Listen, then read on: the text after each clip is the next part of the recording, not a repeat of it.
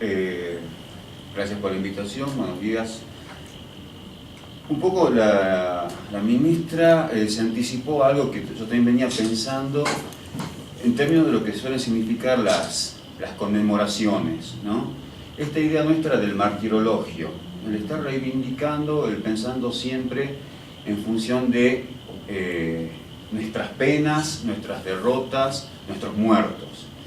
Y entonces celebraba, y la verdad que me alegraba mucho la idea de estar, por doble motivo, en esta mesa recordando a Miguel Ragone, un personaje al cual a lo largo de la investigación histórica que yo había desarrollado me permitió conocerlo en sus facetas, quizás no tanto personales, no quiero engañar en esto, pero sí en lo que significa desde lo personal traspolado a su acción política, a su acción de vida finalmente. Y realmente uno no pude terminar de quedar impresionado por lo que significó ese personaje que transitó nuestra historia de manera breve, pero que dejó una huella definitiva, sobre todo para los sectores populares, incluyendo esto, por supuesto, al peronismo. Y entonces, Miguel Ragone tiene una paradoja. Cuando nosotros conmemoramos el 11 de marzo, generalmente estamos siempre recordando el 11 de marzo de 1976, que es la fecha cuando fue secuestrado y desaparecido. Pero ese 11 de marzo tiene a su vez también otro momento, que es un momento realmente de plenitud, de movilización, de alegría, de utopía, que fue el 11 de marzo de 1973.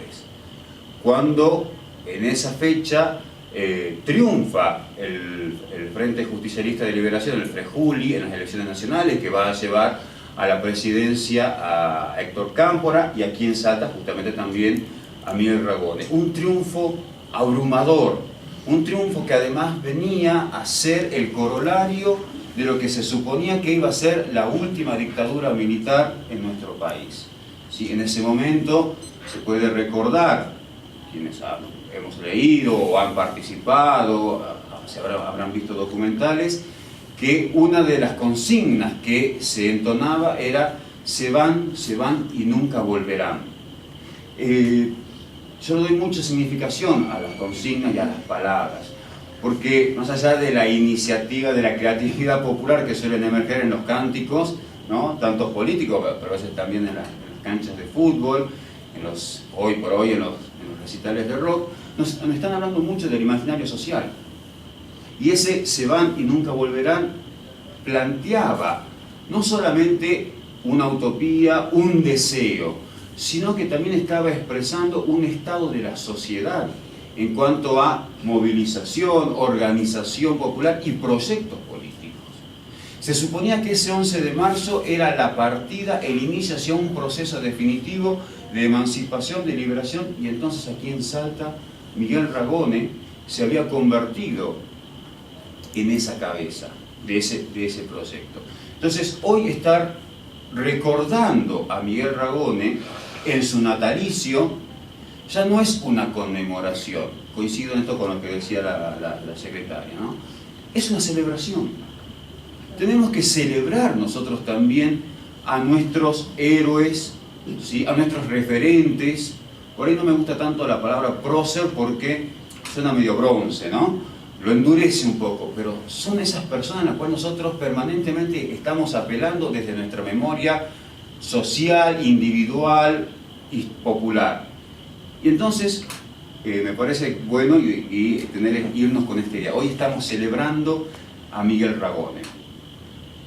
Por otra parte, hago aquí un breve paréntesis. Vos hablabas de los intelectuales orgánicos y hacía referencia a Antonio Gramsci. Bueno, mañana se cumple un aniversario también del nacimiento de ese gran pensador político, intelectual que fue Antonio Gramsci y que también lamentablemente tuvo un trágico final, murió en las postrimerías, bueno, murió en las cárceles del fascismo italiano, ¿no?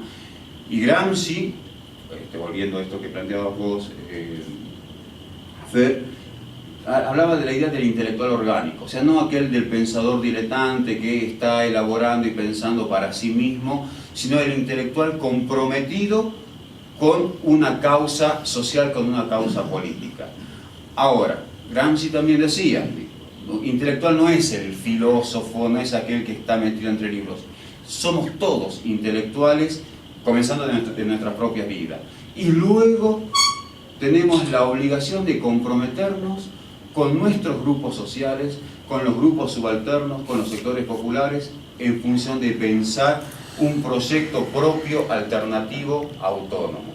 Así que aprovecho también para recordar y reivindicar y celebrar a un personaje como Gramsci que tanto nos ha dejado a la hora de ayudarnos a pensar nuestra sociedad.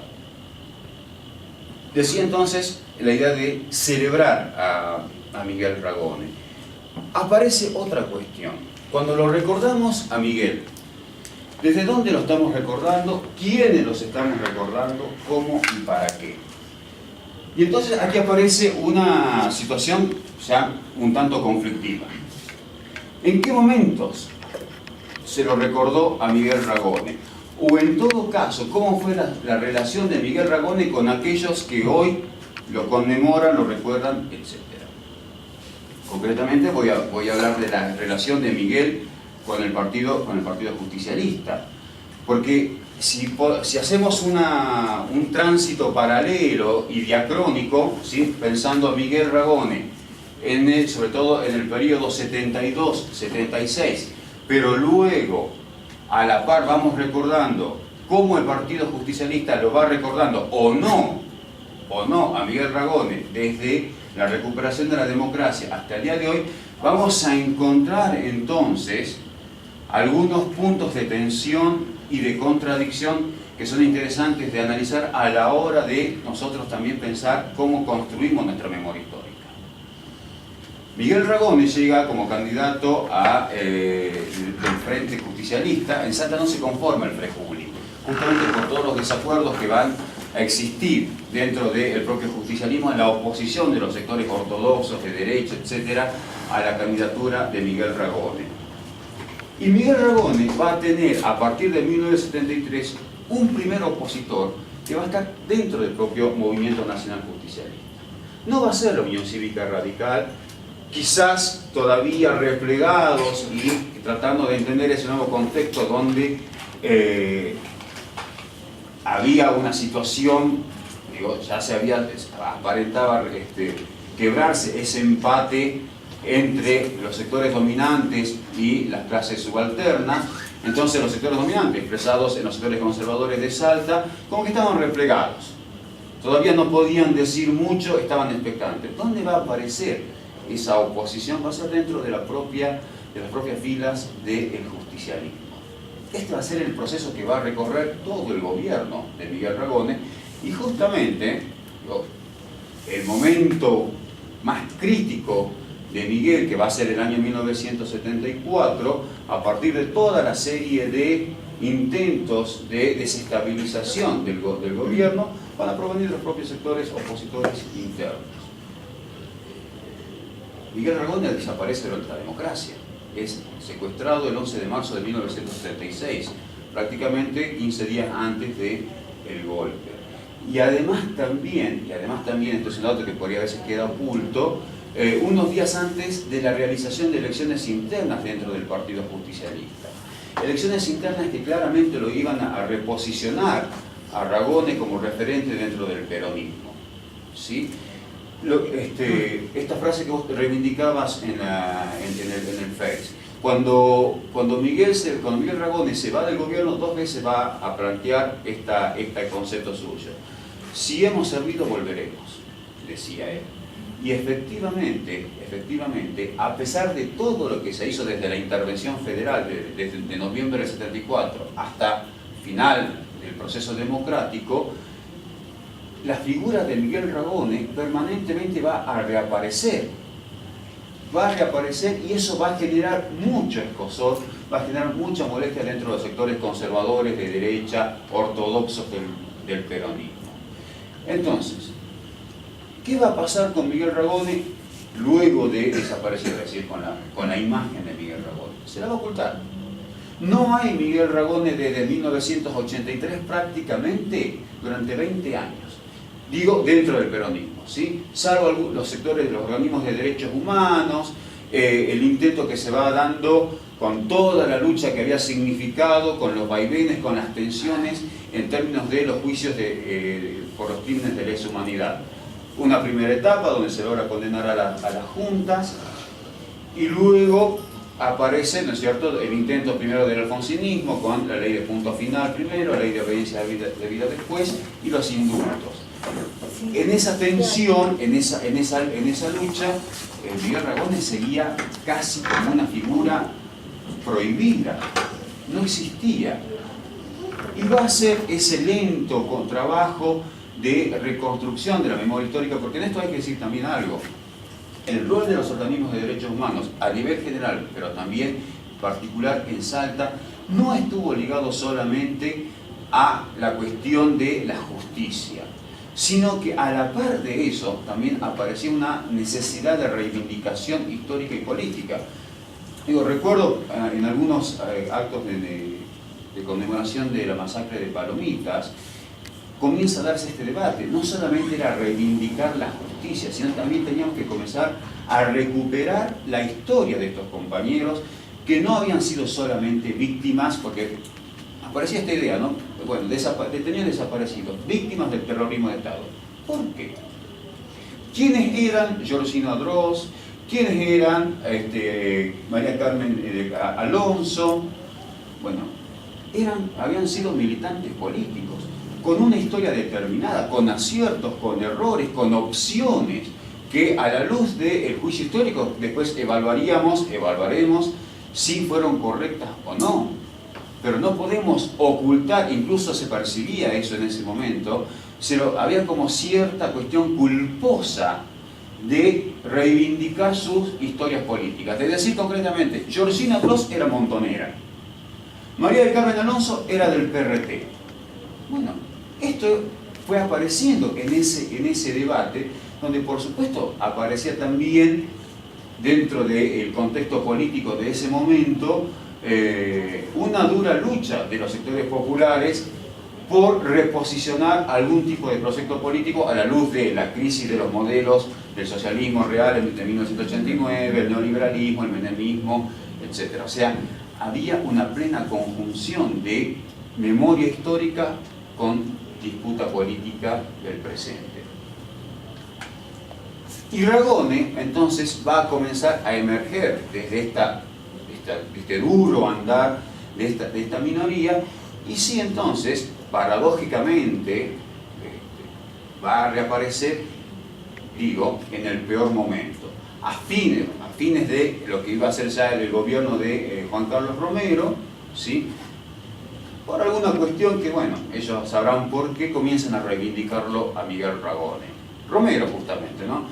Romero hijo, que había sido el que había implementado todas las políticas totalmente antagónicas y contrarias a lo que Ragone había llevado, a lo que el proyecto del peronismo y de las fuerzas revolucionarias y populares de los 70 habían pregonado, ¿sí? Y que a su vez es hijo de quien había sido su principal opositor político en la década del 70, Roberto Romero. Roberto Romero, en la década del 70, no era un personaje político conocido, no era un dirigente del peronismo, era el director del diario El Tribuno. Y acá volvemos entonces al presente, como para seguir entendiendo cómo juegan estos factores de poder a la hora de la construcción, ¿sí?, de las percepciones de determinadas figuras de determinado momento. Y Ragone aparecía en ese momento primero como el que sostenía y había permitido la infiltración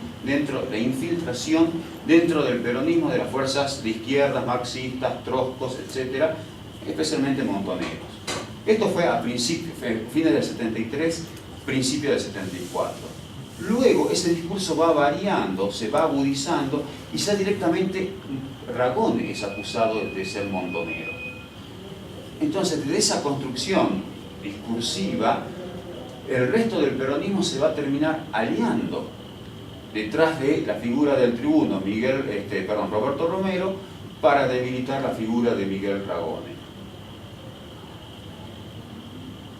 En ese momento es cuando se da la máxima tensión entre estos dos sectores y Ragone queda totalmente debilitado. Y vuelvo a recordar, y para ir concluyendo, para después abrir la discusión, ¿no? No había prácticamente oposición externa por fuera del peronismo. El radicalismo era una fuerza mínima y en todo caso mantenía esa permanente tradición de discurso republicano, ¿no? Una cosa más bien purista, y tenía cierta afinidad con algunas cuestiones del gobierno de Ragone. Por otro lado, los sectores sindicales, la CGT, las 62 organizaciones, totalmente alineadas en contra del gobierno y por supuesto aliados con los sectores internos del PJ ortodoxos de derecha. Es ahí donde entonces el gobierno de Miguel Ragone queda totalmente debilitado y de allí a la intervención hay un solo paso. Y la intervención va a ser la continuidad, o en todo caso la sustanciación, de lo que estos sectores habían venido pidiendo, ¿sí? La persecución política, la censura. Recordemos que todos los detenidos, fusilados el 6 de julio de 1976 en Palomitas, habían sido detenidos no durante la dictadura militar, sino durante el periodo de la intervención de Gustavo Mosquera, ¿sí? Interventor cordobés, que así venía ya de toda una experiencia de represión porque había sido parte de la intervención al gobierno popular de Córdoba de Obregón Cano. Así que habían participado del Navarrazo, con lo cual tenían ya cierta experiencia a la hora de cómo mantener y cómo sostener la represión. Entonces, hoy cuando recordamos a Ragone, la pregunta es si efectivamente Ragone es una figura que pertenece exclusivamente al Partido Justicialista y en todo caso, ¿cuáles serían los méritos del Partido Justicialista para reivindicarlo a Ragone cuando hicieron altos méritos para ocultarlo? Privatizaron la figura de Ragone para luego ocultarla. Y luego, al calor de toda una lucha de los sectores populares, tuvieron que volver a ponerlo, sacarlo, ¿no es cierto?, para reivindicarlo. Y esto digo, a ver, no estoy planteando una idea de si es tuyo o si es mío. Digo, lo puede reivindicar el peronismo, el PJ, lo puede reivindicar la izquierda, lo pueden reivindicar los organismos de derechos humanos, y está muy bien eso. La idea es desde dónde lo reivindicamos y qué reivindicamos a la hora de ponerlo siempre en el contexto actual. Porque las reivindicaciones y las construcciones históricas no son neutrales, no son algo que aparecen por decir. Siempre se busca la idea de legitimar el discurso político en función del discurso histórico. Yo me apoyo en aquel, Güemes, San Martín, Ragone, Perón, Evita, Irigoyen, Alem o quien sea, porque ellos son los que me están inspirando para hoy hacer lo que hago. Entonces, para eso siempre va a haber un recorte parcial de la historia. Saco esto, dejo aquello, ¿sí? Lo oculto. Y entonces aquí está la permanente disputa histórica, no ya en términos de los libros, ¿no?, sino de la actualización permanente del debate histórico, porque la historia finalmente es esto, es la disputa del pasado para lograr poder recomponer, construir un proyecto político que nos legitime. Dejo acá, me parece que por ahí, con algunos datos después lo podremos discutir con ustedes. Bien, gracias.